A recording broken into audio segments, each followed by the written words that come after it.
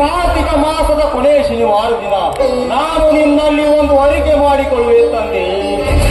ಈ ಧರ್ಮ ಪುರೋ ಧರ್ಮವಂತನೆಂದರೆ 60 ವರ್ಷ ಅಸಹಾಯಕರ ಅನ್ನದಾತನೇ ಎಂದು ಕನಸಿನಲ್ಲಿ ನೀನೇ ಬಂದು ವರ್ಷ ಹೋಗಿರುವೆಂದಾಗ ಈ ಅಶೋಕಂದ ತೋಬಲಕ್ಕೆ ನಿನ್ನ ಶಕ್ತಿಯನ್ನು ಕೊಟ್ಟು ದುಷ್ಟರ ಮರ್ದನವನ್ನೇ ಮಾಡಿಸಿ ಕೊನೆಯ ಮಾಸಕ್ಕೆ 60 ಹಳ್ಳಿ ಅರಸ ಇವನಾಗಲೆಂದು ಹರೇಸು ತಂದೆ ಹರೇಸು. ಬಂದರು ಬಿಡನು ನಮಸ್ಕಾರ ದರೆ ಭಗವಾನ್. ಬಾಗುವಂತ ಬಾ. ಅದೇನು ಕೈಯಲ್ಲಿ ತೆಂಬಿಗೆ?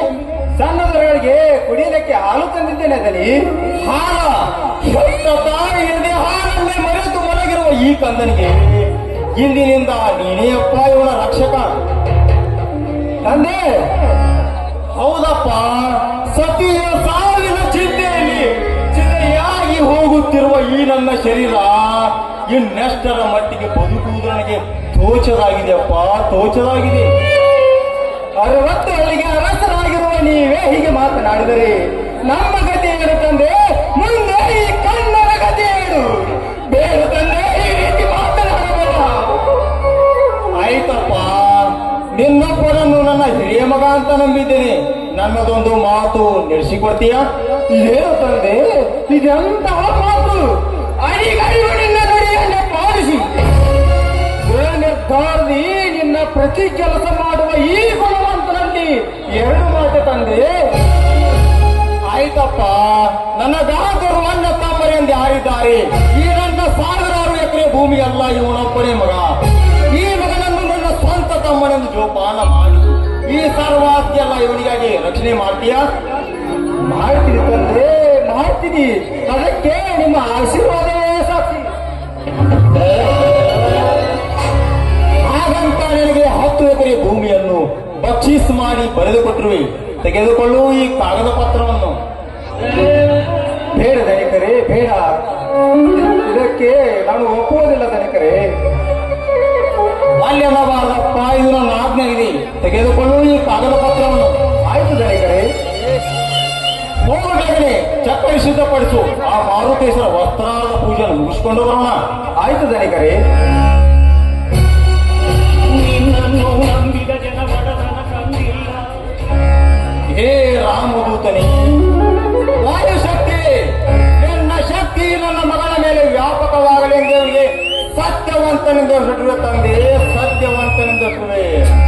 60 ಹಳ್ಳಿ ಅರಸನೆಂದು ಬಲು ಸೂಚಿಸಿದ ನನ್ನ ಕೂತಿರುವಾಗ ಆ ಕೂಗಿನ ಜಯಕಾಲದಲ್ಲಿ ಜಯರಾಣಿಯಾಗಿ ತೂಗಿಸಿಕೊಳ್ಳುತ್ತಿದ್ದ ನನ್ನ ಸತಿ ಸ್ವರ್ಗ ಸೇರಿದಳೆ ಎಂದು ನನಗೆ ದುಃಖದ ಸಂಗತಿ ಎಂದು ಈ ದುಃಖದ ಕಣ್ಣೀರಿನ ಕಾಳೆ. ಮುಂದೊಂದು ದಿನ ಈ ನನ್ನ ಮಗನಿಂದಲೇ ಮನೆ ತುಂಬಿ ಹಾಡುವ ಸಂಸಾರದ ಕುಡಿ ಸಾಗರವಾಗಲಿ ತಂದೆ, ಸಾಗರವಾಗಲಿ.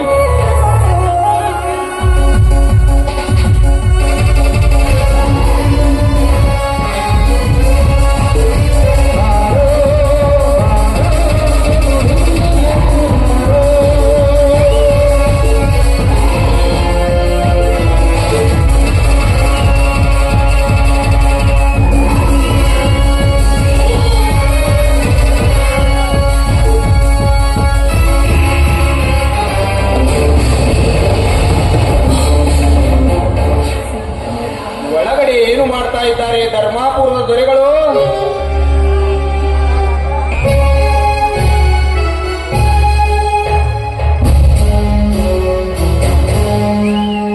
ಓಹೋ ವಜ್ರೇಗೌಡರು, ಬನ್ನಿ ಬನ್ನಿ, ಕುಳಿತುಕೊಳ್ಳಿ. ಅದೇನು ಅಪರೂಪ, ಆ ಮಾರುತೇಶ್ವರ ದೇವಸ್ಥಾನದಲ್ಲಿ ಭೇಟಿಯಾಗಬೇಕಿದ್ದ ನೀವು ನಿಮ್ಮ ಗುಂಡು ಸಮೇತವಿರಲ್ಲ, ಬಹಳ ಸಂತೋಷ. ಯಾವುದೇ ಒಂದು ಶುಭ ಸಮಾರಂಭಕ್ಕೆ ಸಿದ್ಧತೆ ಮಾಡಬೇಕಾದ್ರೆ ಅದಕ್ಕೊಂದು ಮುಹೂರ್ತ ಅಂತ ಇದ್ದೇ ಇರುತ್ತಲ್ವಾ?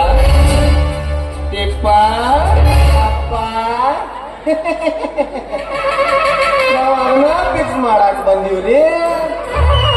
ಆ ಪೂಜಾರಿ ಅಪ್ಪನ ಮೇರೆಗೆ ಆ ಕಾರ್ಯಕ್ರಮ ಸುಗಮವಾಗಿ ನಡೆಸಿರಾಯ್ತು. ಸಾಕು ಮಾಡ್ರಿ ನಿಮ್ಮ ಬೂಟಾಟಿಕೆಯನ್ನು. ಪ್ರತಿ ವರ್ಷ ನೀವೇ ಅಧ್ಯಕ್ಷರಾಗಿ ಏನು ಕೆಲಸ ಮಾಡಿದ್ದೀರಾ? ಪ್ರವಾಸಿ ತಾಣ ಎನಿಸಿಕೊಳ್ಳುತ್ತಿದ್ದ ದೇವಸ್ಥಾನದಲ್ಲೊಂದು ಪ್ರವಾಸಿ ಮಂದಿರವಿಲ್ಲ, ಸಾಂಸ್ಕೃತಿಕ ಮೇಳಕ್ಕೊಂದು ರಂಗಮಂದಿರವಿಲ್ಲ. ಹೋದ ವರ್ಷ ಇಂಜಿನಿಯರಿಂಗ್ ಕಾಲೇಜ್ ತರುತ್ತೇನೆಂದು ಹೇಳಿ ಸಾಕಷ್ಟು ಸಾರಿಗೆ ವ್ಯವಸ್ಥೆ ಮಾಡುತ್ತೇನೆ ಎಂದು ಹೇಳಿ ಸುಳ್ಳಾದ ನೀವು ಇನ್ನು ಮುಂದೆ ಏಕೆ ಅಧ್ಯಕ್ಷ ಸ್ಥಾನದಲ್ಲಿ ಮುನ್ನುಡಿತೀರಿ? ಅಧ್ಯಕ್ಷಾನದ ಅಹಂಕಾರಿ ನಾನಲ್ಲ ಗೌರಿ, ಜನ ಬಯಸಿದರೆ ಅದಕ್ಕೆ ಸರ್ಕಾರ ಅನುದಾನ ಬೇಕಾಗಿಲ್ಲ, ಅದನ್ನೆಲ್ಲ ನಾನೇ ನೋಡಿಕೊಳ್ಳುತ್ತೇನೆ. ಭೂಮಿ ಕಟ್ಟಡದ ಪೂಜೆ ಹಿಂದೆ ಇಟ್ಕೊಳ್ಳಿ, ಕಾಲೇಜ್ ನಾಳೆಗೆನೇ ಕಟ್ತೀನಿ. ಇಷ್ಟೆಲ್ಲ ನಿಮಗೆ ದುಡ್ಡಿನ ಅಹಂಕಾರವಿದ್ದಲ್ಲಿ ಈ ಭಾಗದ ಜನರು ಇನ್ನು ನಿಮ್ಮ ಕಾಲಡಿಯಲ್ಲಿ ಬಿದ್ದಿದ್ದಾರೆ. ನೀವು ಮಾಡುತ್ತಿರುವ ಅನ್ಯಾಯ ಈ ಜನಕ್ಕೆ ತಿಳಿದಿಲ್ಲ. ಮದ್ರೇಗೌಡ, ಮರ್ಯಾದೆಯಿಂದ ಅಧ್ಯಕ್ಷರು ರಾಜೀನಾಮೆ ಒಂದೇ ಕೆಲವು, ಅದರ ನೆಪದಲ್ಲಿ ಇವನಪ್ಪ ಅನ್ಯಾಯ ವ್ಯಕ್ತಿಯನ್ನು ಬಗೆದರಿ. ತಂದೆ ಮಾರುತೇಶ್ವರ ಹುರುಗಹಾರನ್ನು ಊರಿಗೆದ್ದು ಕಂಡು ಕಂಡಿನ ಕಚ್ಚರಿತು ನೀನು ಎತ್ತರ ಯಾತ್ಸರ ಈ ವಜ್ರೇಗೌಡನೆಂಬ 4 ಅಕ್ಷರದ ನಾಗರಪಣಿ ಅವತ್ತು ಬೋರ್ಗೆರೆದು ಹೆಡೆ ಎತ್ತಿ ನಿಂತಿರುವಾಗ ನಿನ್ನ ಯಾವ ಹುರುಗಹಾರವು ಉರಿಯಲಾರದು. ಮರ್ಯಾದೆಯಿಂದ ನಿನ್ನಷ್ಟಕ್ಕೆ ನೀನೇ ತಿಳಿದು ನಿನ್ನ ಅಧ್ಯಕ್ಷ ಪದವಿ ವರ್ಗಾಯಿಸದಿದ್ದರೆ ಈ ಬೆಂಕಿಯ ಬಿಚ್ಚುಗತ್ತಿ ಸದಾ ನೇತಾಡುವುದು ನಿನ್ನ ನೆತ್ತಿಯ ಮೇಲೆ. ನೀನು ಎತ್ತರ. ಅಧ್ಯಕ್ಷ ಸ್ಥಾನದ ಪದವಿ ಎಂಬುದೊಂದು ಹಣ ಕೊಟ್ಟು ಖರೀದಿ ಮಾಡೋ ದನಕರವಲ್ಲ. ಅದರ ನೆಪದಲ್ಲಿ ಇವನೊಬ್ಬ ಅನ್ಯಾಯ ವ್ಯಕ್ತಿ ಎಂಬುದು. ಅದಕ್ಕೆ ಈ ಊರ ಜನ ಸಾಯಬೇಕು, ಮೇಲಾಗಿ 20 ಜನ ಕಮಿಟಿಯ ಸದಸ್ಯರಿಂದ ಆಯ್ಕೆ ಆಗಬೇಕು. ಅದನ್ನೆಲ್ಲ ಪಡೆದುಕೊಳ್ಳುವ ಪ್ರಬಲತೆ ನಿನ್ನಲ್ಲಿದ್ದರೆ ಹಿಂದೆ ಕೈ ಬಿಡುವೆ ಅಧ್ಯಕ್ಷ ಸ್ಥಾನ. ಅದೆಲ್ಲ ಈ ಜನತೆಯ ಬುದ್ಧಿಗೆ ಮಂಕು ಬೂದಿ ಎರಚಿದ ಮಾರಚಿಕ ನೀನು. ವಜ್ರೇಗೌಡ, ಮರ್ಯಾದೆಯಿಂದ ಅಧ್ಯಕ್ಷನ ರಾಜೀನಾಮೆ ಒಂದೇ ಕೇಳು. ಮೊಸಳೆ ಬಾಯಿನ ಕಚಡ ನನ್ನ ಮಗನೇ, ಕೈ ಬಾಯ ಕಚ್ಚತ ನೀಚೆ ನಿಲ್ಲಿಸಿಕೊಂಡು ಸಮಾಜ ಸೇವೆಗೆ ಬದ್ಧತನದ ಈ ಧರ್ಮವಂತನಿಗೆ ಅವಾಚ್ಯ ಶಬ್ದವನ್ನು ಉಚ್ಚರಿಸಿದರೆ ನಿರ್ಮಾಚ್ಯದಿಂದ ನಿನ್ನ ಬೂದಿಗೆ ಎತ್ತರಗೊಳಿಸುವ ನೀನು ಹುಷಾರ್. ಬೆಂಕಿ ಗೌರೇ, ಈ ಪರಾಕ್ರಮಿ ವಜ್ರೇಗೌಡನಿಗೆ ಅಕ್ರಮವಾಗಿ ಮಾತನಾಡುವ ಇವನ ಹೆಡೆಗೆ ಮುಡಿಸು ನಿನ್ನ ಮಲ್ಲಿಗೆಯನ್ನು. ಗೌಡ್ರೆ, ಈಗಲೇ ನಿಮ್ಮ ಆಜ್ಞೆ ಆದರೆ ಸತ್ಯಾನಿ ಎಂದು ಜಿದ್ದು ಕಟ್ಟಿ ಜಿಗಿದಾಡುವ ಈ ಹಗೆತನದ ಹರಾಂಕೋರನಿಗೆ ಈಗಲೇ ತೋರಿಸುವೆ ನನ್ನ ಬಿಚ್ಚುಗತ್ತಿಯ ಸಂಗತಿಯನ್ನು. ಮುಂದೆ ಬೆಂಕಿ ಎಂದು ಉಚ್ಚರಿಸಬೇಡ. ಈ ಉಚ್ಚ ಕುಲದ ಕೆಚ್ಚದ ವೀರನಿಗೆ ಈ ಬೆಂಕಿಯ ರಕ್ತಿಯ ಮುಗಿದೊಳಗಾಗಿ ನನ್ನ ಗೌಡನ ನುಡಿಮುತ್ತಿಗೆ ನೀ ಮಲ್ಲಿಗೆ ಹಾಕಿ ನಿನ್ನ ಪದವಿ ತ್ಯಜಿಸಿದರೆ ಸರಿ, ಇಲ್ಲವಾದರೆ ಬಲ್ಲವನಾಗಿ ನಾಡನ್ನಾಡಿದ ನಿನ್ನ ಹಕ್ಕೆ ನಿನ್ನ ಬಿಸಿ ರಕ್ತದಿಂದ ನನ್ನ ಗೌಡನೂರಿ ಬೆವರಿನ ಕೊಳೆತ್ತೊಡವೆ ಎಚ್ಚರ. ಲೇ ಕಚಡ ನನ್ನ ಮಗನೇ, ಈಗಲೇ ನನ್ನ ಆಜ್ಞೆ ಆದರೆ ಸಾವಿರಾರು ಕೆಚ್ಚದ ವೀರರು ಬಂದು ನಿನ್ನನ್ನು ತುಂಡರಿಸಿ ನನ್ನ ರಕ್ತ ಕುಡಿಯೋರು ನೀನು ಎತ್ತರ. ಅವಸರ ಪಟ್ಟ ಅಪಘಾತಕ್ಕ ಗುರಿ ಆಗ್ಬೇಡ್ರಿ ತನಿಯಾರ. ಸುಮ್ನ ನಮ್ ಗೌಡ್ರು ಹೇಳಿದಂಗ ಕೇಳಿ ನಿಮ್ ಅಧಿಕಾರ ಬಿಟ್ಟ ನಿಮ್ ಜೀವನ ಉಳಿಸ್ಕೋರಿ. ಪ್ರಾಣಕ್ಕೆ ಹೆದರಿ ಈ ದೇವಸ್ಥಾನ ಜನ್ಮ ಹಾಳು ಮಾಡಲಾರಿ.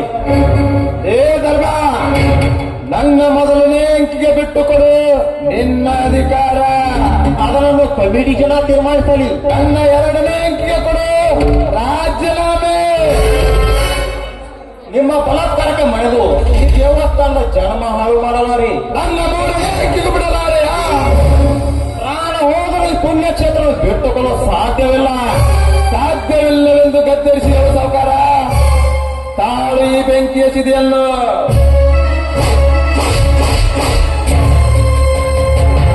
ನೋಡ್ರಿ, ಒಂದಿನ ಕೆಲಸ ಇಪ್ಪ ಯಪ್ಪ, ಇವನ್ನೆಲ್ಲ ಸರ್ವಚ್ಚು ಸರ್ವೆ ನಂಬರ್ ಬರೆದುಕೊಂಡು ಆ ಖರೀದಿ ಬಾಂಡಿಗೂ ಸಹಿ ಮಾಡಿಸು. ಎಲ್ಲ ಆಗ 1000 ರೂಪಾಯಿ ಬಾಂಡ್ ಮ್ಯಾಗ್ರಿ ಎಲ್ಲಾ ಸರ್ವೆ ನಂಬರ್ ಬರದ ವಜ್ರೇಗೌಡ್ರಿಗೆ ದಕ್ಕ ಖರೀದಿ ಕೊಟ್ಟಾರ ಅನ್ನುವಾಗ ಬರದಾ ಬಿಟ್ಟನ್ರಿ. ಸಹಿ ಒಂದು ಬಾಕಿ ಉಳ್ದಕ್ ನೋಡ್ರಿ ಇದನ್ಯಾರ. ಬೇಗ ಅದೊಂದು ಮುಗಿಸಿಬಿಡು. ಆದ್ರಿ ಅಪ್ಪ ದನಿ.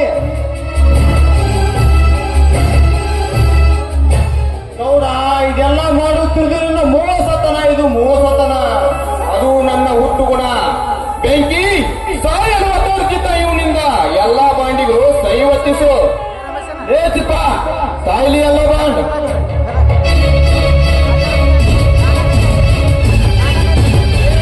ಈ ಬೇಡಾಣಿಯ ಕೈ ಬಿಡುತ್ತೇನೆ.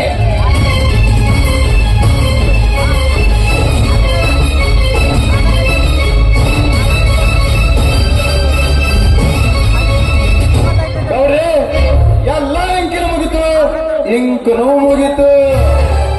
ಹಾಗಾದರೆ ಇವನು ಸ್ವರ್ಗದ ಸೇವೆಗೆ ಅಧಿಪತಿಯಾಗಲಿ.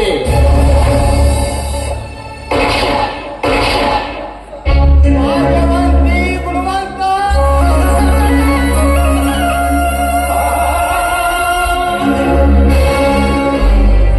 ಬೆಂಕಿ, ಇಂದಿನಿಂದ ಈ ನಗರಕ್ಕೆಲ್ಲ ನಾನೇ ನಾಯಕ, ಈ 60 ಹಳ್ಳಿಗೆಲ್ಲ ನಾನೇ ಅರಸ.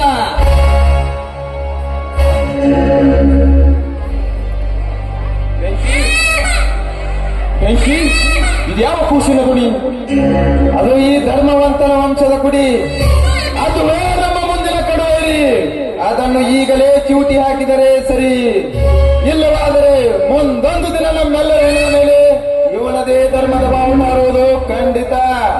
ಹೌದು ಹೌದು, ಈ ಕುಡಿ ಒಂದನ್ನು ಕಡಿದಾಗಲೇ ನನ್ನ ಆತ್ಮಕ್ಕೆ ಶಾಂತಿ. ಇರದಿದ್ದರೆ ಎಂದು ನಾನಾಗಲಾರೆ ಈ 60 ಹಳ್ಳಿಗೆ ಅರಸ. ಧರ್ಮ, ಇಂದಿಗೆ ಮುಗಿಯಿತು ನಿನ್ನ ವಂಶದ ದರ್ಪ ಸಾಮ್ರಾಜ್ಯ.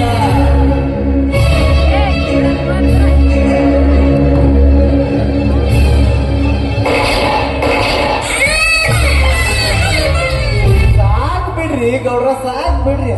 ಸಾಕ್ತೇನಕ್ಕ ಅಷ್ಟ್ಯಾಕ ಗುಂಡ ಹಾಕ್ತೀರಿ? ಅಪ್ಪ ಮಗ ಸತ್ತ ಸ್ವರ್ಗ ಸೇರ ಆಯ್ತ್ರಿ. ನಡೀರಿ ಹೋಗುನು. ಈ ಕಾಗದ ಎಲ್ಲ ತಗೊಂಡು ನೋಂದಣಿ ಮಾಡ್ತಾರೆ, ನೋಂದಣಿ ಆಗುತ್ತೆ.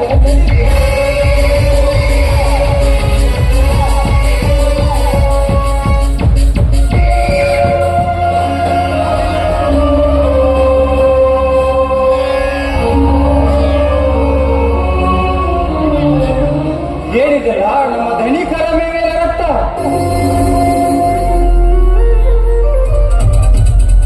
ಧನಿಕರೇ, ಧನಿಕರೇ,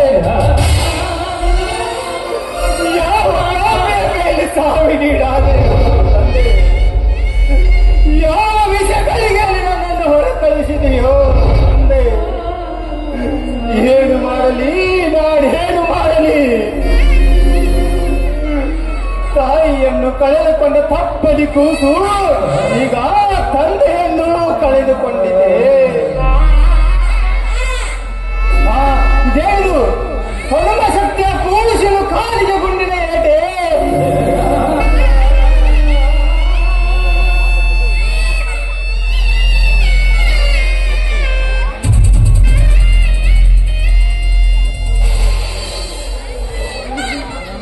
ಅಯ್ಯೋ ವಿಧಿಯೇ, ಧರ್ಮವಂತರ ಕೂಸಿನ ಕಾಲಿಗೆ ಗುಂಡು ಹಾಕಿದರೆ ಯಾವ ಪಾಪಿ ಕೃತ್ಯವನ್ನು ಮಾಡಿರಬೇಕು? ಈ ನಗರದ ನಾಯಕರ ಹೊಟ್ಟೆಯಲ್ಲಿ ಹುಟ್ಟಿದ ಇವನಪ್ಪ ಈ 60 ಹಳ್ಳಿಗೆ ಅರಸನಾಗುತ್ತಾನೆಂದು ನಂಬಿದರೆ ಆ ದೇವರು ನಿನಗೂ ಈ ಶಿಕ್ಷೆಯನ್ನು ತಂದುಬಿಟ್ಟಿದ್ದಾನೆ.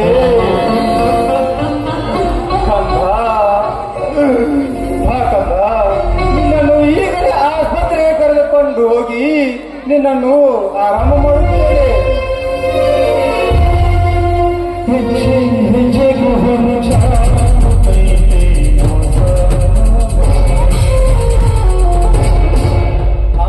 ಇದೇನು ವಜ್ರೇಗಾರ ಸಲ್ಲೆ ಇಲ್ಲೇಕೆ ಬಿದ್ದಿದೆ? ಈ ಕೆಲಸವನ್ನು ಅವನೇ ಮಾಡಬೇಕು.